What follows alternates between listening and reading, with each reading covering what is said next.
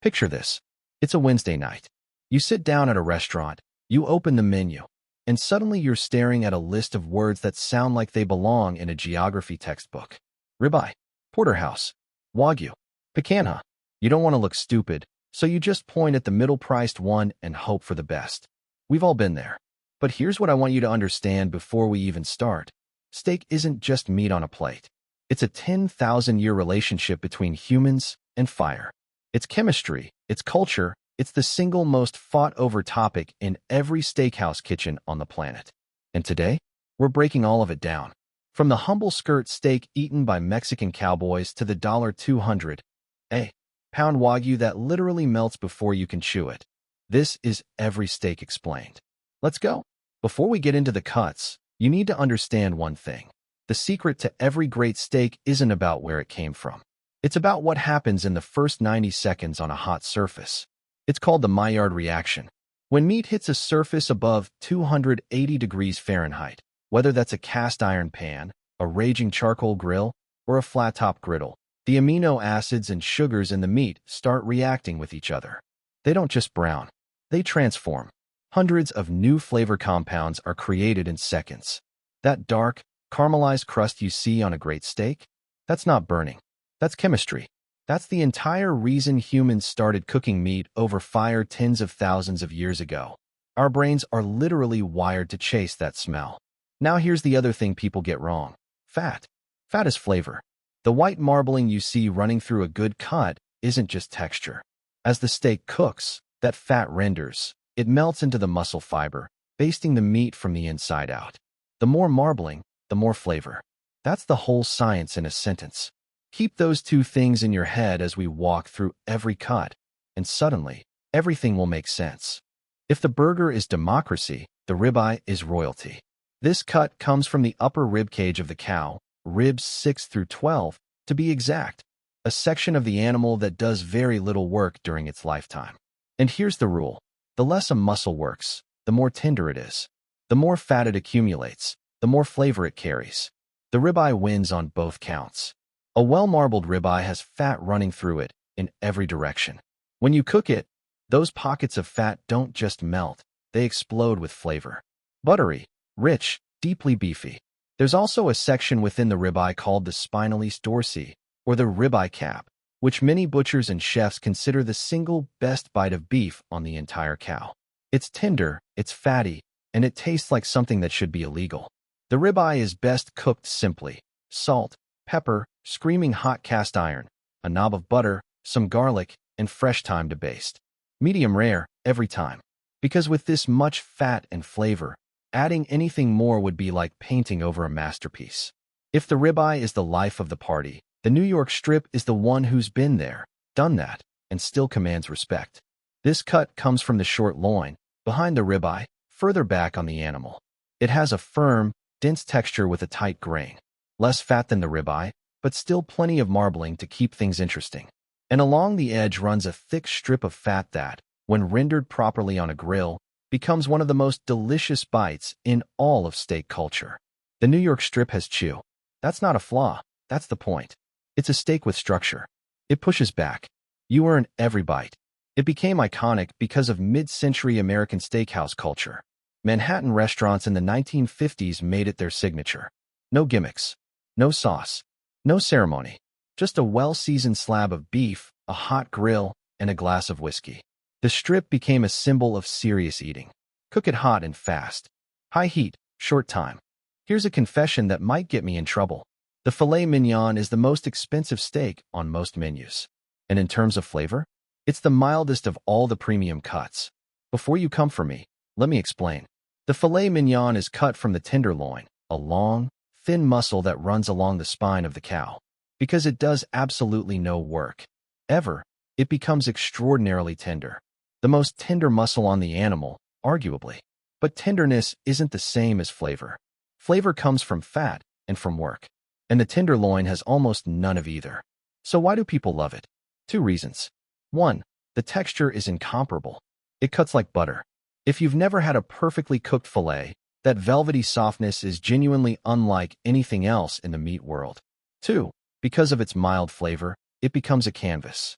Chefs wrap it in bacon to add fat. They top it with compound butters, truffle, blue cheese, or a rich red wine reduction. The steak isn't the star, it's the stage. If you order it, cook it gently. Medium heat, not a screaming hot pan. You want to preserve the texture, not fight it. And for the love of all that is sacred, never cook it past medium rare. A well-done fillet is a crime against itself. What if I told you that you could get the best of two different worlds in a single cut?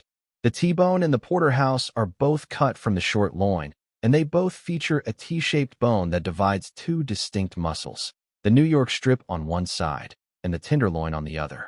It's a 2-for-1 deal that makes steakhouse regulars very happy. The difference between the two is size. Specifically, the size of the tenderloin portion. A T-bone has a smaller tenderloin section, sometimes barely an inch wide. A Porterhouse has a much larger tenderloin section, at least 1.25 inches according to USDA standards. The Porterhouse is, in every way, the bigger, more generous version. Now here's the challenge with cooking them. You're dealing with two different muscles that prefer two different temperatures. The strip side wants high heat. The tenderloin side is better at slightly lower temperatures. The bone itself conducts heat and can cause uneven cooking near the edges. The pros handle this by angling the steak away from direct heat on the tenderloin side, letting the strip side take the most intense flame. It's a cook that demands attention. But done right, it delivers two completely different flavor experiences in one meal. It's the sharing platter of the steak world. In 2000, something arrived in Western steakhouses that made chefs stop and stare. Japanese Wagyu beef. The word Wagyu literally means Japanese cow, while meaning Japanese, Gyu meaning cow. But what makes Wagyu different isn't the breed alone. It's the level of marbling that makes it unlike any beef produced anywhere else on earth. Wagyu cattle are raised under strict conditions, carefully managed stress, specific diets, and genetics that have been refined over centuries.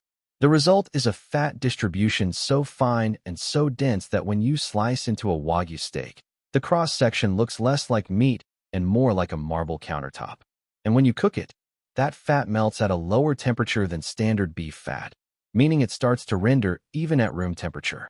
The first bite floods your mouth with an almost liquid richness, a buttery, umami intensity that doesn't fade. It lingers. It builds. Kobe beef is a specific type of Wagyu, from Taijima strain cattle raised in the Hyogo prefecture of Japan, graded to the highest standards. Real Kobe is one of the most regulated food products on the planet. There are only a few dozen restaurants in the entire United States that are certified to serve it. Here's the irony. You don't grill Wagyu over a raging flame. You cook it low and slow, or sometimes barely at all, because the fat is so dense that high heat overwhelms everything. The best way to experience it is often just a few thin slices, seared briefly in a hot pan. It is the only steak in the world where less is genuinely more. Not every great steak comes from the upper echelon of the cow. The skirt steak and the flank steak are cuts from the belly and chest of the animal, muscles that work hard every day. That means they're tougher. They have a coarser grain. They're cheaper. And they have an absolutely savage depth of flavor that the premium cuts can't touch. The skirt steak is the steak of carne asada. It's the steak that built fajita culture. Cut from the diaphragm of the cow, it's long, thin, and intensely beefy, almost mineral in its richness. Marinated in citrus, garlic, and chili. Hit it over the hottest grill you own. Slice it against the grain. Done. That last part is the key. Because of their coarse muscle fibers, both skirt and flank steaks will be chewy and unpleasant if sliced with the grain. But cut against it, perpendicular to those fibers, and suddenly you're severing the tough strands into short, tender bites. Same piece of meat, completely different eating experience, just based on the angle of the knife. It's a reminder that knowledge is the most important ingredient in cooking. If you've never heard of picanha, you are missing out. And that used to be deliberate. For decades, this cut, the top sirloin cap, sitting above the rump, was considered so valuable in Brazil that butchers kept it for themselves. They knew something the rest of the world didn't. Picanha has a thick cap of fat running along its surface. When cooked over fire, traditionally on a curved metal skewer in the Brazilian churrasco style, that fat cap bastes the meat continuously as it rotates over the flame. It renders. It drips. It sizzles back up. The result is a steak with a crackling, deeply caramelized fat layer on top, and a tender, juicy interior below. In a Brazilian churrascaria, those all-you-can-eat Brazilian steakhouses where servers circle the room with swords of meat, picanha is the centerpiece. It's sliced tableside, falling in thick, fatty, glorious portions directly onto your plate. The rest of the world is finally catching on. American and European butchers started cutting picanha more frequently in the 2010s. Now it's appearing on high-end steakhouse menus everywhere. Some cuts take centuries to go from secret to staple. Picanha might be the fastest. What if I told you the best way to improve a steak was to do absolutely nothing and just wait? Dry aging is a process where a cut of beef is stored in a controlled environment, specific humidity, specific airflow, specific temperature, for anywhere between 21 and 120 days. During that time, two things happen. First, moisture evaporates from the meat, concentrating the flavor. A dry-aged steak can lose up to 30% of its weight in water during the process. What's left behind is denser, more intensely beefy. Every bite hits harder. Second, naturally occurring enzymes in the meat begin to break down the muscle fibers. The steak becomes more tender without any cooking, simply through time. It's biological transformation. But here's where it gets interesting and slightly funky. After about 45 days, the dry aging process develops a secondary flavor profile. A deep, nutty, almost blue cheese-like complexity starts to emerge from the controlled surface mold. It sounds alarming. It tastes extraordinary. That exterior crust, called the pellicle, is trimmed away before the steak is sold or cooked. What's beneath is arguably the most complex flavor experience beef can offer. It's expensive because of the equipment, the space, and the time involved. But for those who seek it out, a 60-day dry-aged ribeye isn't just dinner. It's a destination. There's a steak that butchers used to hide, literally take home themselves, refuse to put in the display case, claim they were out of. It was called le merveilleux, the marvelous one, in French butcher slang. It's the hanger steak.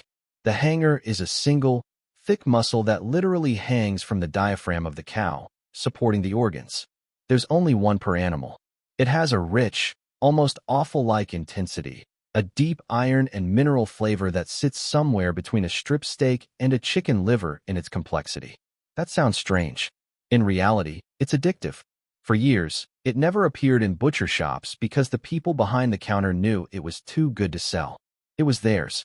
It became known as the butcher's cut, or hanging tender, in the U.S., a name that carried that insider knowledge. Then food culture caught up. Chefs started requesting it. Bistros in Paris built menus around it. Steak frites, thin-sliced hanger steak with shoestring fries and béarnaise, became the dish that defined French casual dining. Today, it's no longer a secret. But it's still somewhat difficult to find, still relatively affordable compared to premium cuts, and still one of the most rewarding steaks you can cook at home. Marinate it briefly, cook it fast over high heat, slice it thin against the grain. You'll understand why butchers kept it to themselves. 10 cuts, thousands of years of beef culture. And we've barely scratched the surface. There are still chuck eyes and tri-tips and culotte steaks and tomahawks waiting for their moment. But now when you open that steakhouse menu, you're not guessing anymore. You know the science behind the sear.